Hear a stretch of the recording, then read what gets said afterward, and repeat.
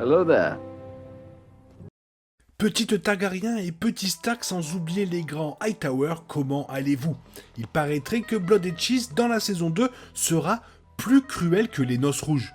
Bref, parlons un peu de la saison 2 de House of the Dragon avec 10 personnages qui vont faire leur apparition. Et je vous les présente après ça, et n'oublie pas de me dire lequel tu préfères. Let's go!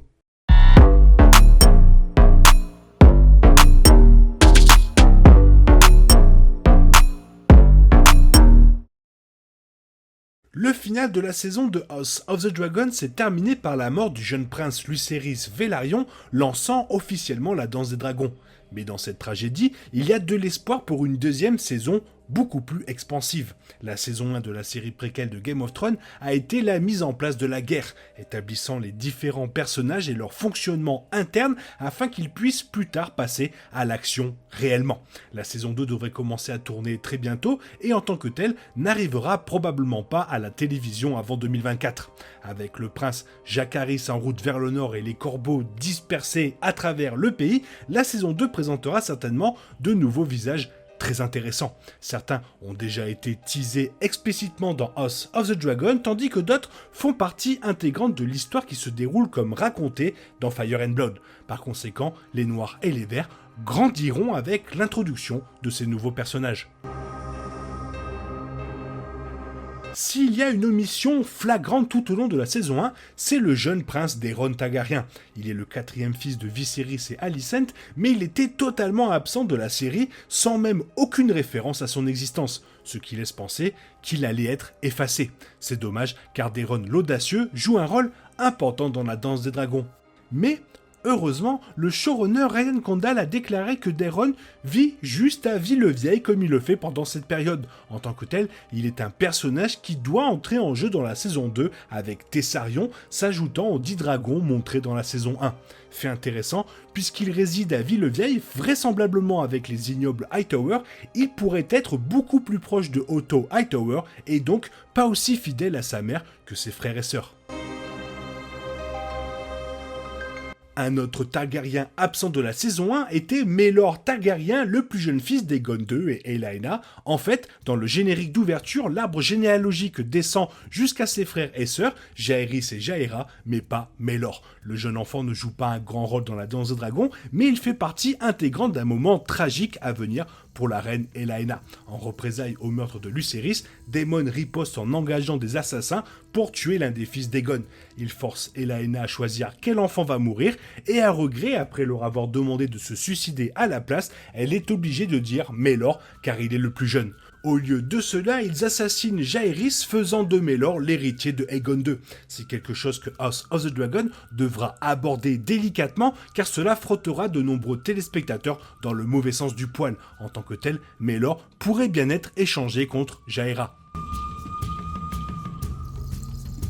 Et ça nous amène aux deux assassins engagés par Daemon s'appelant Blood et Cheese. Blood est un boucher, tandis que Cheese est un attrapeur de rats. Aucun de leurs vrais noms n'est connu, mais Blood était autrefois membre de la garde de la ville. Cheese est un mystère, ce qui a conduit à de nombreuses théories sur sa véritable identité, tout en sachant qu'il connaît les passages secrets du Donjon Rouge. Fait intéressant, alors que l'évasion de Rhaenys sur Meleis dans l'épisode 9 répond vraisemblablement à l'énigme précédente d'Elaena, certains pensent que cela pourrait toujours s'appliquer à Blood and Cheese. Il pourrait encore s'avérer être les bêtes sous les planches, ce qui ajoute une telle tragédie à la prémonition d'Elaena. Alors, comme vous le savez, Jacaerys se dirige vers le nord, d'abord vers la vallée, puis vers Winterfell. La saison 2 pourrait reprendre immédiatement avec lui et ainsi présenter Lady Jean Arryn, qui sera une alliée fidèle de sa cousine Rhaenyra. Bien que son introduction soit plausible, celle de Cregan Stark est pratiquement confirmée. Il a été référencé par Rhaenyra disant qu'il est proche de l'âge de Jacaerys. Cregan est l'un des personnages les plus cool et les plus honorables de cette histoire, et en vieillissant, il deviendra connu sous le nom de Loup du Nord, avec un esprit politique qui ferait honte à Sansa.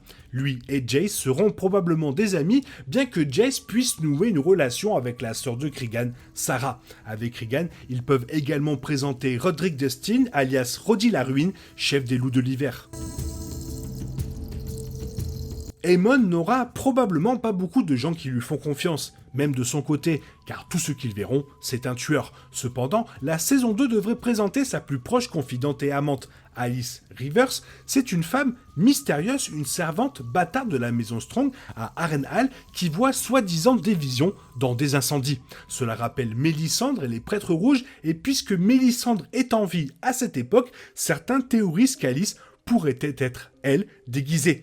Peut-être qu'elle rêve comme Aegon le Conquérant ou fait des prémonitions comme Elaena, mais quoi qu'il en soit, son inclusion peut aider à élargir le mysticisme de l'histoire et la compréhension des prophéties importantes des livres.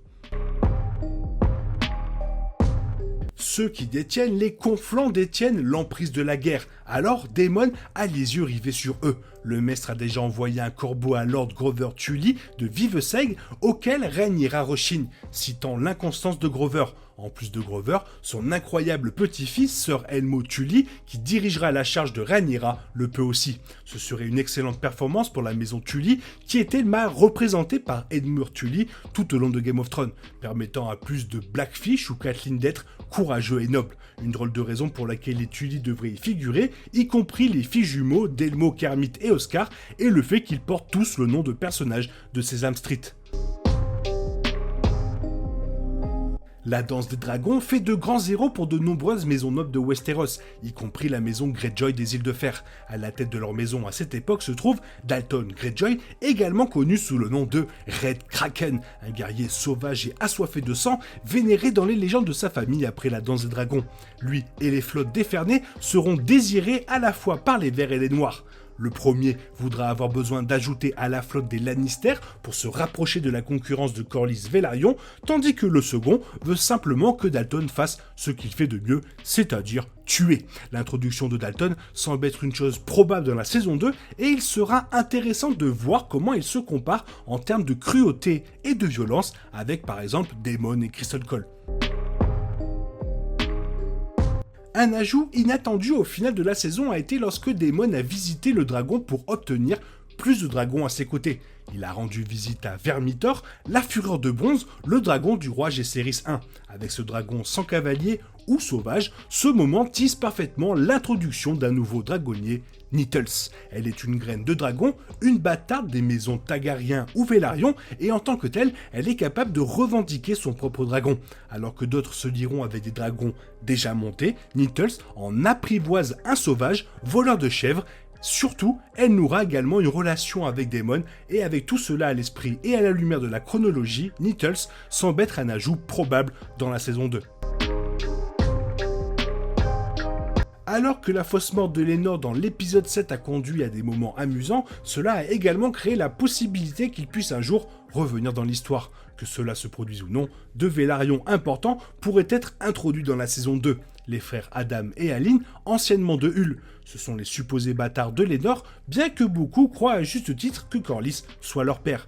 Ils participeront tous les deux à la guerre à venir, Adam revendiquant même Sismok et devenant un véritable héros à la fin de la danse.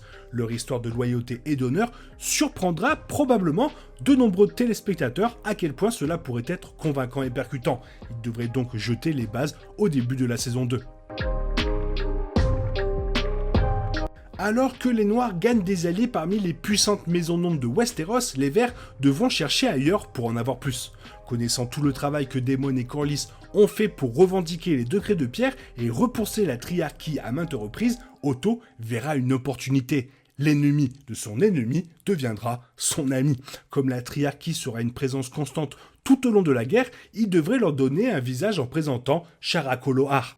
Bien que ce ne soit pas par son nom, il semble qu'il aurait également pu être mentionné plus tôt dans la saison lorsque le nouveau chef de la triarchie a été évoqué. Ils ont également teasé l'une des batailles les plus importantes à venir, la bataille de Gulé dans laquelle Loar dirigera la flotte de la triarchie contre les Vélarions dans l'une des batailles navales les plus sanglantes de toute l'histoire. Cela fait de lui un candidat plus que probable pour la saison 2. Et oui, la saison 2 verra l'arrivée de nombreux personnages, mais il y aura aussi probablement beaucoup de morts, alors qui attends-tu désespérément dans cette saison 2 ? Fais-le moi savoir dans la zone commentaire, sinon il est temps pour toi de reprendre le cours normal de ta vie, et on se retrouve demain pour une nouvelle vidéo. Bisous bisous, bye bye.